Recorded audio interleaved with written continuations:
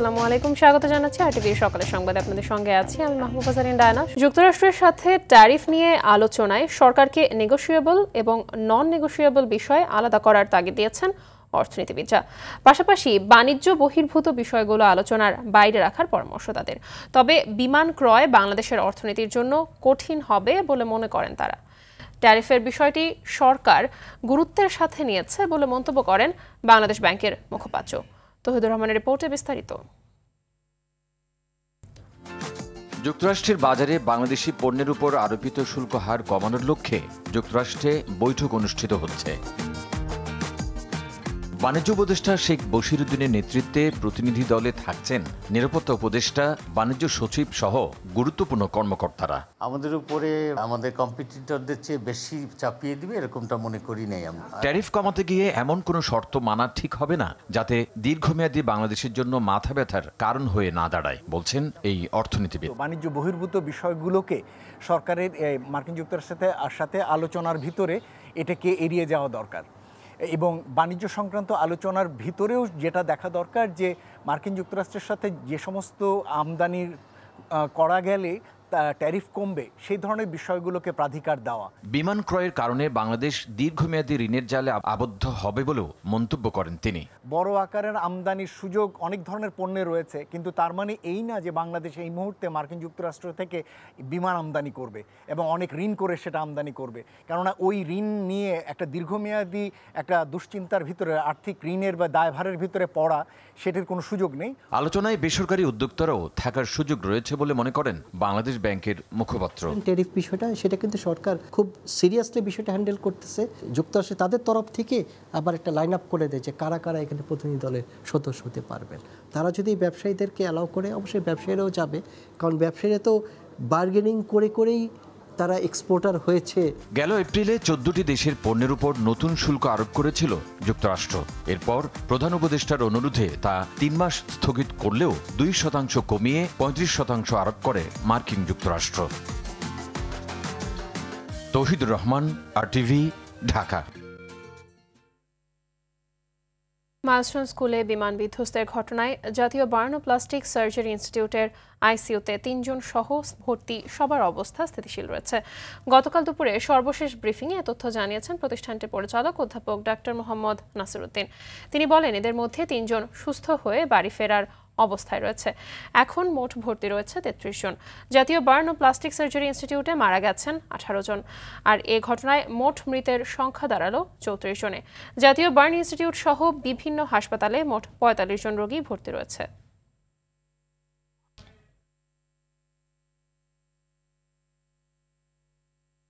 দর্শক, এ বিষয়ে আরও জানাতে জাতীয় বার্ন ও প্লাস্টিক সার্জারি ইনস্টিটিউট থেকে সরাসরি যুক্ত হচ্ছেন সহকর্মী শাকিলা করিম।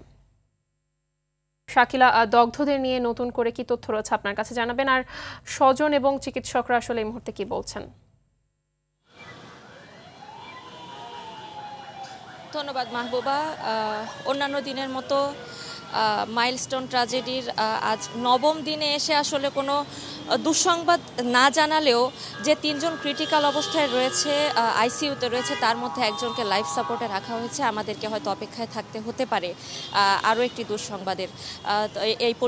এখন পর্যন্ত 34 জন নিহতের খবর আমাদের কাছে রয়েছে। আপনাকে একটি বিষয় জানিয়ে রাখি যে এই নিহতের সংখ্যা নিয়ে কিন্তু একটি হঠাৎ করে বিতর্ক সৃষ্টি হয়েছিল। এই বিষয়টি কিন্তু পরে ব্যাখ্যা করা হয়েছে। অর্থাৎ মাইলস্টোন থেকে যখন লাশবাহী ব্যাগ নিয়ে আসা হয়, সেখানে 2 জন স্কুল ছাত্রের বডি আলাদা আলাদা 5টি ব্যাগে আনা হয়েছিল, শরীরের অংশ বিশেষ, এবং পরবর্তীতে ফরেনসিক করার পর কিন্তু জানা যায় যে সেখানে আসলে 5 জন না 2 জন ছিলেন। তো সেক্ষেত্রে পরবর্তীতে স্বাস্থ্য অধিদপ্তর থেকে এবং সরকার থেকে আমাদেরকে জানানো হয়েছে যে 34 জন এই পর্যন্ত নিহত হয়েছেন। এবং আপনাকে একটি বিষয় জানিয়ে রাখি যে সিঙ্গাপুর, চীন, ভারত, এই 3 দেশ থেকে যেসব চিকিৎসকরা এসেছিলেন এই বার্ন ইনস্টিটিউটে, যারা মাইলস্টোন ট্র্যাজেডিতে আহত রয়েছেন, তাদের চিকিৎসার জন্য ইতোমধ্যে কিন্তু ভারতের যে 4 সদস্যের চিকিৎসক দলটি এসেছিল নরেন্দ্র মোদীর নির্দেশে, তারা কিন্তু গতকাল বাংলাদেশ ত্যাগ করেছেন এবং যারা এখনও এই বার্ন ইনস্টিটিউটে ভর্তি আছেন তাদের মধ্যে আজ যে 3 জনকে আজকে ছাড়পত্র দেওয়ার কথা ছিল সেটি আসলে অনিশ্চিত। ছাড়পত্র দেওয়া হবে কিনা এখনো পর্যন্ত আমাদের কাছে সঠিক কোনো তথ্য নেই। মাহবুবা, আমরা পরবর্তীতে হসপিটাল কর্তৃপক্ষের ব্রিফিংয়ের পরে জানাতে পারবো আসলে এখানে ভিতরে যারা রয়েছে ভর্তি তাদের স্বাস্থ্যের কি অবস্থা বা কেমন আছেন তারা। ধন্যবাদ আপনাকে। গাজীপুরের টঙ্গীতে ম্যানহোলে পড়ে নিখোঁজের 36 ঘন্টা পর ফারিয়া তাসনিম জ্যোতির মরদেহ উদ্ধার করা হচ্ছে। সকাল 9টার দিকে তার মরদেহ উদ্ধার করা হয়। গেল রোববার রাত 9টায় টঙ্গীর হোসেন মার্কেট এলাকায় ঢাকা ময়মনসিংহ মহাসড়কের ফুটপাতের ঢাকনা খোলা ড্রেনে পড়ে নিখোঁজ হন জ্যোতি। খবর পেয়ে উদ্ধার কাজ শুরু করে ফায়ার সার্ভিস।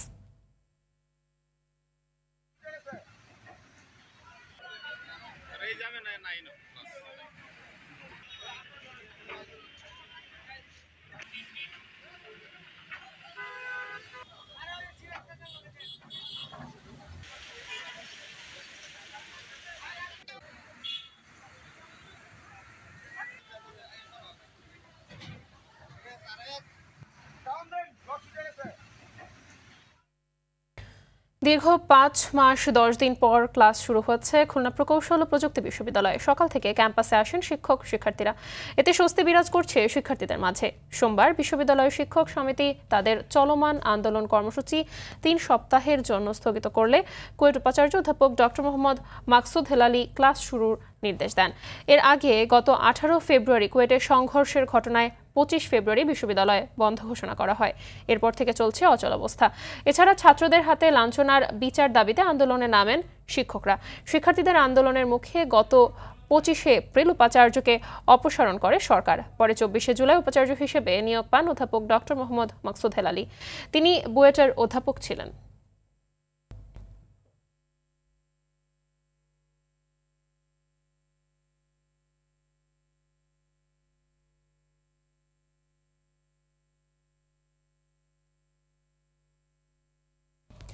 দর্শক, এ বিষয়ে আরো জানাতে খুলনা থেকে সরাসরি যোগ দিচ্ছেন সহকর্মী এস এম মনিরুজ্জামান। মনির, কুয়েটের কার্যক্রম শুরুর বিষয়ে সর্বশেষ কি তথ্য রয়েছে আপনার কাছে, বিস্তারিত জানাবেন। হ্যাঁ মাহবুবা, যেমনটা বলছিলেন দীর্ঘদিন পরে আজ সকাল থেকেই কিন্তু খুলনায় যে কুয়েট ক্যাম্পাস রয়েছে ক্যাম্পাসে শিক্ষার্থীরা এসেছেন এবং ক্লাস শুরু হয়েছে। আমি এই মুহূর্তে দাঁড়িয়ে আছি ই বিভাগের শ্রেণী কক্ষের সামনে। এসে দেখেছি এখানে কিন্তু শিক্ষার্থীরা এসেছেন।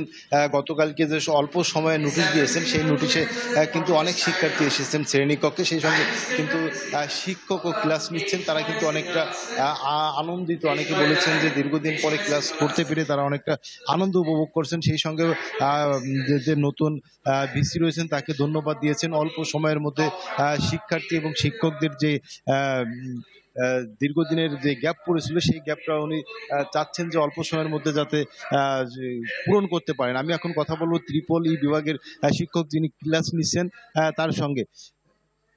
স্যার, আপনি তো আজ অনেকদিন পরে ক্লাস নিচ্ছেন, তো স্যার আপনার অনুভূতিটা কেমন?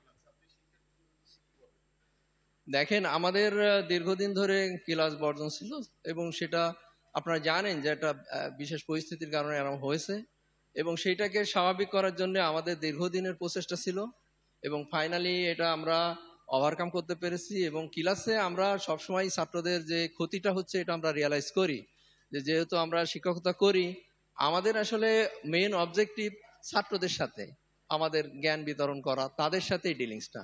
ছাত্ররা যদি না থাকে তাহলে আমরা এখানে খুব কমফোর্ট ফিল কখনোই করি না। এটা ছাত্ররাও যেমন ক্লাসে আসার জন্য উদ্গ্রীব হয়ে আছে, আমরাও সেইভাবে ক্লাসে ফিরতে চেয়েছি। তা এখন আমাদের যে বিষয়টা ছিল যে একটা গুড এনভায়রনমেন্ট, যাতে ছাত্ররা এসেও এখানে কমফোর্টেবলি ক্লাস করতে পারে, আবার আমরাও যেন কমফোর্টেবলি এখানে ক্লাস নিতে পারি। সেই জন্যই এই বিষয়টা ইনশিওর করার জন্য অনেক দেরি হয়েছে। তো ফাইনালি যেহেতু এই ব্যারিয়ারটা আমরা ওভারকাম করতে পেরেছি এবং গভর্নমেন্টও এখানে আমাদেরকে সহযোগিতা করেছে, তো যার কারণে আমরা আসলে হ্যাপি যে আজকে থেকে আমরা ক্লাস শুরু করতে পেরেছি। আমাদের যদি আপনি দেখেন টোটাল 79 ডেজ ক্লাস হয়নি আপনার 18/2 পর থেকে। আজকে যদি আপনি 29/7 দেখেন তাহলে 79 ডেজ। এর ভিতরে শিক্ষক সমিতির যে ছিল আমাদের মের 4 তারিখে ক্লাস হওয়ার কথা ছিল, সেখান থেকে ক্লাস যেটা হয়নি সেটা হলো 53 ডেজ। আজকে মানে গতকাল পর্যন্ত 53 ডেজ গেছে, এই দ্যাটস অল। তো বাট আমি হিসাব করতেছিলাম 53 ডেজ মানে এদের আপনার 10 5 10 50 ধরেন 10 উইকের বেশি আমাদের, মানে যেটা কালো কালিতে যে ক্যালেন্ডারে যে আছে, তাহলে 10 উইকের বেশি যদি হয়, 10 উইকের বেশি যদি হয়, তার মানে এরা এই টার্মের শেষে চলে যেত। So this is a very great loss. তো এটা আমরা রিয়েলাইজ, মা বাবা যেমনটা শুনছিলেন, শিক্ষার্থীদের কিন্তু ব্যাপক ক্ষতি হয়েছে এই সময়ের মধ্যে। যারা কিন্তু শেষ বর্ষের ছিল তাদের পরীক্ষার সময়ও কিন্তু পেরিয়ে গেছে। তাই শিক্ষক এবং শিক্ষার্থী সকলেই মনে করেন যে আগামী দিনের জন্য এই ক্যাম্পাসে এরকম কোনো ঘটনা না ঘটে, দীর্ঘদিনের জন্য শিক্ষার্থীদের শিক্ষা থেকে দূরে থাকতে না হয়। মাহবুবা, এই ছিল কুয়েট ক্যাম্পাস থেকে সর্বশেষ তথ্য। মাহবুবা, ধন্যবাদ আপনাকে। আজ টাঙ্গাইলে পদযাত্রা করবে জাতীয় নাগরিক পার্টি এনসিপি। সকাল 10:30টার দিকে হ্যালিপ্যাড থেকে পদযাত্রা শুরু করবে দলটি। এই বিষয়ে আরও জানাতে টাঙ্গাইল থেকে সরাসরি যুক্ত হচ্ছেন সহকর্মী কামাল হোসেন। কামাল, এনসিপির কর্মসূচির বিষয়ে সর্বশেষ কি তথ্য রয়েছে আপনার কাছে, বিস্তারিত জানাবেন।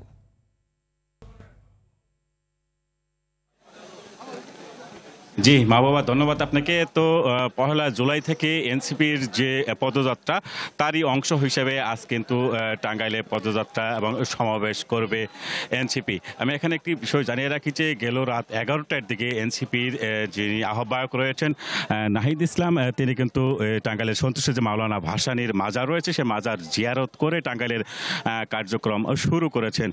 তবে আজকে 10:30টার থেকে টাঙ্গাইলের যে শহরের শামসুল হক তোরণ রয়েছে সেই তোরণের থেকে একটি পদযাত্রা কিন্তু বের হবে। সেই পদযাত্রাটি নতুন বাসস্ট্যান্ড হয়ে পুরাতন বাসস্ট্যান্ড ঘুরে এবং বিভিন্ন সড়ক প্রদক্ষিণ শেষে আমি এখন যে জায়গাটিতে রয়েছে নিরালা মোড় এলাকায়, সেই নিরালা মোড়ে কিন্তু তারা সমাবেশ করবে।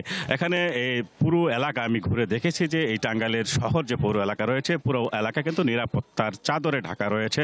আমি পুলিশ সুপারের সাথে কথা বলেছি, তারা যেটি বলছেন যে আসলে এই সমাবেশ যাতে কোনো বিশৃঙ্খলা না ঘটে সেই লক্ষ্যে 9 শতাধিক পুলিশ কিন্তু মোতায়েন রাখা হয়েছে। বিভিন্ন পয়েন্টে বিভিন্ন অলি গলিতে কিন্তু এই আইন শৃঙ্খলা বাহিনীর সদস্যরা রয়েছেন, সেনাবাহিনীর টহল কিন্তু দেখা যাচ্ছে।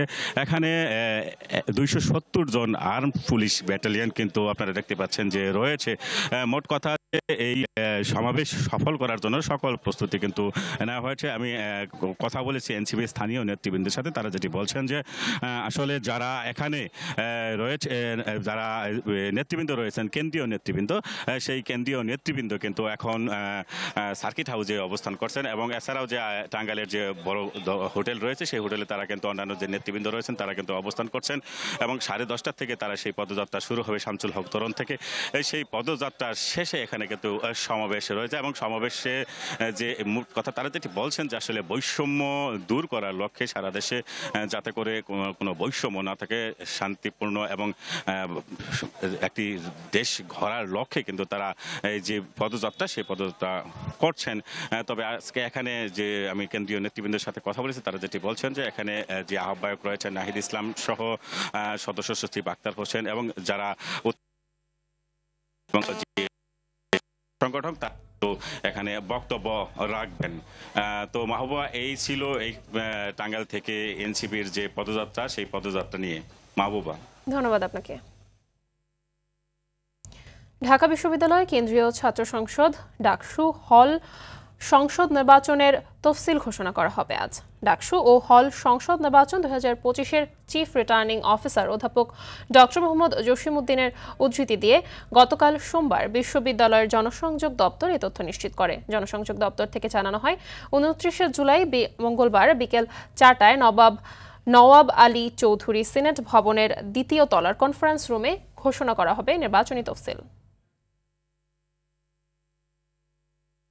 6 সমন্বয়কে আটক 29 জুলাই বৈষম্য বিরোধী ছাত্র আন্দোলনকে আরও ঘনীভূত করে। সেই সঙ্গে সারা দেশে বিক্ষোভ দমন ও ধরপাকড়ে কঠোর হয় পুলিশ ও আওয়ামী লীগ। আন্দোলনকে ভিন্ন খাতে প্রবাহিত করা ও ভাঙন ধরাতে এদিনে সরকারকে জামায়াতে ইসলামী ও ইসলামী ছাত্র শিবিরকে নিষিদ্ধের পরামর্শ দেয় 14 দল। অরণ্য গফুরের রিপোর্টে বিস্তারিত। আন্দোলনে অংশ নেওয়া শিক্ষার্থীদের ছাত্রলীগদের ধরতে দেশব্যাপী অভিযান জোরদার করে পুলিশ। হয়রানির প্রতিবাদে 29 জুলাই ব্যাপক হারে রাস্তায় নামে ছাত্র জনতা। ফলে বিভিন্ন জায়গায় পুলিশের সঙ্গে সংঘর্ষ বাধে। বেশ কিছু জায়গায় মিছিলে হামলা চালায় ছাত্রলীগ। এদিন বিক্ষোভ থেকে ঢাকাতেই 150-র বেশি ছাত্র জনতাকে আটক করে পুলিশ।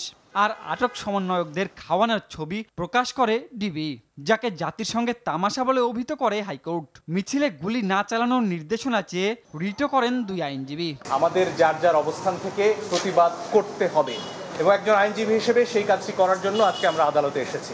নানা তোষামতকারী গোষ্ঠী যেমন আন্দোলনের উদ্দেশ্য নিয়ে প্রশ্ন তোলে, তেমনি ছাত্রদের পাশে দাঁড়ায় সাংবাদিক সংগঠন ও 74 বিশিষ্ট নাগরিক।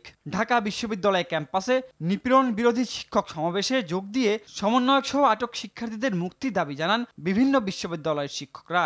প্রশাসনের থেকেও যারা এখানে নির্জীব ছিল তারা কোনো ভূমিকা রাখে নাই, তখন আমরা তাদের পাশে দাঁড়িয়েছি।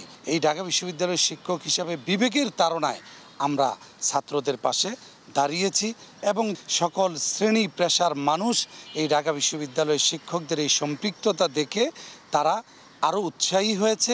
আন্দোলন নিয়ন্ত্রণের কৌশল নির্ধারণে গণভবনে বৈঠকে বসে সরকার সমর্থক 14 দল। শেখ হাসিনার সভাপতিত্বে বৈঠকে জামায়াতে ইসলামী ও ছাত্র শিবিরকে নিষিদ্ধ করতে সর্বসম্মত সিদ্ধান্ত হয়। 14 দলের এই সভায় সর্বসম্মতিক্রমে সিদ্ধান্ত হয় জামাত শিবির গোষ্ঠীর অপশক্তি রাজনীতি নিষিদ্ধ করা। আন্দোলনে নিহত ছাত্র জনতা ও পুলিশের স্মরণে 30 জুলাই দেশব্যাপী শোক পালনের ঘোষণা দেয় সরকার। কিন্তু সরকারের সিদ্ধান্ত প্রত্যাখ্যান করে লাল কাপড়ে মুখ ও চোখ বেঁধে ছবি তোলার অনলাইন ক্যাম্পেইন ঘোষণা করে বৈষম্য বিরোধী ছাত্র আন্দোলন। অরণ্য গফুর, টিভি, ঢাকা। জুলাই গণঅভ্যুত্থানের অন্যতম শহীদ সিলেটের সাংবাদিক আবু তাহের মোহাম্মদ তোরাব মিছিলে আন্দোলনকারীদের ছবি তুলতে গিয়ে পুলিশের ছোড়া 98টি রাবার বুলেটের স্প্লিন্টার বিদ্ধ হয় তার শরীরে। চিকিৎসাধীন অবস্থায় শহীদ হন তিনি। গত 1 বছরেও তোরাব হত্যা মামলার তেমন কোনো অগ্রগতি না হওয়ায় ক্ষুব্ধ স্বজনরা। তাদের অভিযোগ, আসামিরা আইন শৃঙ্খলা বাহিনীর সদস্য হওয়ায় বিলম্বিত হচ্ছে বিচার প্রক্রিয়া। সিলেট থেকে রাজ্জাক রুনুর পাঠানো তথ্যচিত্র আরও জানাচ্ছেন আব্দুল হামিদ। 2024 সালের জুলাই মাস, দেশ জুড়ে পুরোদমে চলছে স্বৈরাচারী সরকারের বিরুদ্ধে বৈষম্য বিরোধী আন্দোলন।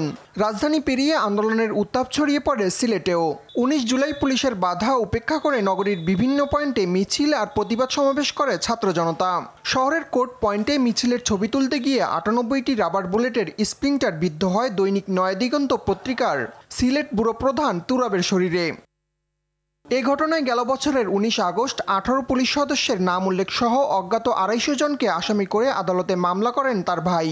বর্তমানে মামলাটি আন্তর্জাতিক ট্রাইব্যুনালে বিচারাধীন আছে। তবে বিচার প্রক্রিয়ায় ধীরগতিতে হতাশ স্থানীয় সাংবাদিক ও স্বজনরা। আমরা এই হত্যাকাণ্ডের তীব্র নিন্দা জানাচ্ছি এবং দায়িত্বরত অবস্থায় একজন সাংবাদিকের উপর লক্ষ্য করে যে গুলি ছুড়েছে যেই সব পুলিশ, সেই পুলিশদের আইনের আওতায় এনে তাদের শাস্তি দাবি করছি। সাদা পাঞ্জাবি পায়জামা পিন্দি আর ওলা ড্রয়িং রুম আমি বন্ধ হয়েছি টুকলো আর দুয়ারে দিবলা বাদইয়া গেছে আর আমার লগে কোনো বাদ নাই। সরকারি সহযোগিতার অংশ হিসেবে 25 লাখ টাকা আর্থিক অনুদান পেয়েছে তার পরিবার। তবে অর্থ নয়, তোরাবের হত্যাকারীদের দৃষ্টান্তমূলক শাস্তি চান স্বজনরা। আব্দুল হামিদ, টিভি। দর্শক, এবারে নিয়ে নিচ্ছি হাইসেন্স সংবাদ বিরতি। ফিরে আরও থাকছে।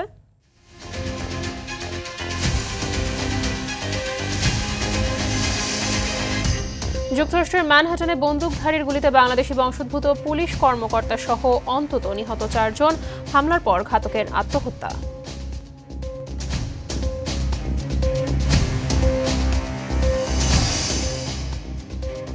এবং হংকংয়ের বিপক্ষে আসন্ন হোম ম্যাচে ফিনিশিং দুর্বলতা কাটিয়ে ওঠার পরামর্শ সাবেক ফুটবলারদের। জয়ের সম্ভাবনা দেখছেন হামজা দেরি।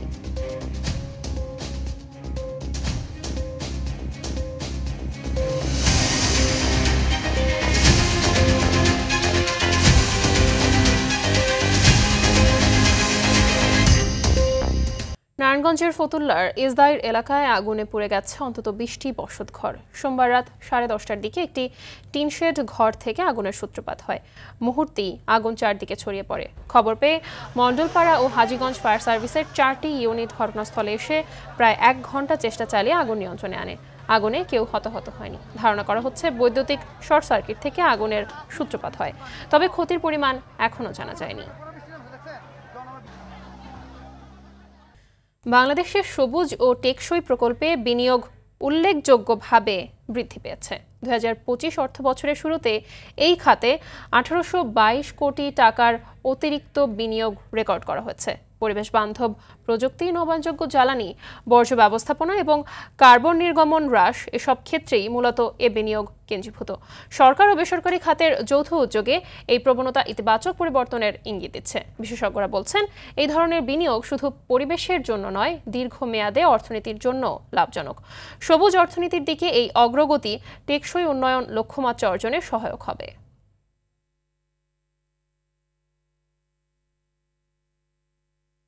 যুক্তরাষ্ট্রের ম্যানহাটনে বন্দুকধারীর গুলিতে বাংলাদেশি বংশোদ্ভূত পুলিশ কর্মকর্তা সহ অন্তত 4 জন নিহত হয়েছেন। মার্কিন গণমাধ্যম CNN এক প্রতিবেদনে তথ্যটি নিশ্চিত করেছে।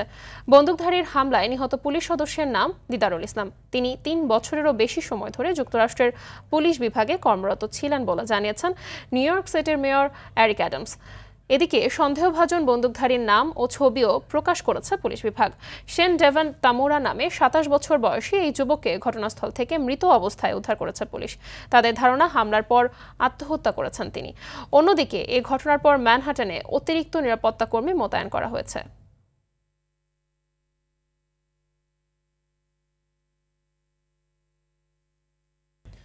যুদ্ধবিধ্বস্ত গাজায় অব্যাহত রয়েছে ইসরায়েলি গণহত্যা। উপত্যকাটিতে নতুন করে 80 ফিলিস্তিনিকে হত্যা করেছে দখলদার ইসরায়েল। এদিকে অপুষ্টিজনিত কারণে গাজায় গেল 24 ঘন্টায় প্রাণ হারিয়েছে আরও 14 ফিলিস্তিনি। এদের মধ্যে 2 শিশুও রয়েছে। উপত্যকাটিতে 2023 সালের অক্টোবর থেকে ইসরায়েলি আগ্রাসন শুরু হওয়ার পর এখন পর্যন্ত 147 ফিলিস্তিনি অপুষ্টিজনিত কারণে প্রাণ হারিয়েছেন, যাদের বেশিরভাগই শিশু। অন্যদিকে ফিলিস্তিন রাষ্ট্র প্রতিষ্ঠার স্বীকৃতি কোনো পুরস্কার নয়, এটি একটি অধিকার বলে মন্তব্য করেছেন জাতিসংঘের মহাসচিব অ্যান্তোনিও গুতেরেস। সোমবার ফিলিস্তিন ইস্যুর শান্তিপূর্ণ সমাধানের জন্য জাতিসংঘ আয়োজিত সম্মেলনে তিনি একথা জানান। এ সময় তিনি উপত্যকাটিতে অবিলম্বে স্থায়ী যুদ্ধবিরতি কার্যকরের আহ্বানও জানান। হংকংয়ের বিপক্ষে আসন্ন হোম ম্যাচে ফিনিশিং দুর্বলতা কাটিয়ে ওঠার দিকে মনোযোগী হওয়ার পরামর্শ দিয়েছেন সাবেক ফুটবলাররা। ভারতের সঙ্গে ড্র আর সিঙ্গাপুরের কাছে হেরে গেলেও হংকংয়ের বিপক্ষে হামজাদের জয়ের সম্ভাবনাই দেখছেন তারা। তবে 2 ম্যাচের ভুলগুলো শোধরাতে না পারলে ভালো দল নিয়েও আগের মতোই আক্ষেপে পড়তে হতে পারে বলে মনে করেন সাবেকরা। আরও জানাচ্ছেন নাজমুস সাকিব। দেশের ফুটবলে চলছে নবজাগরণ। হামজা, শমিত, ফাহামিদুলদের ছন্দময় খেলা দেখতে গ্যালারিতে দর্শকদের উপচে পড়া ভিড় বার্তা দিয়েছে দেড় যুগ মৃত্যুসজ্জায় থাকা ফুটবলের পুনর্জন্মের।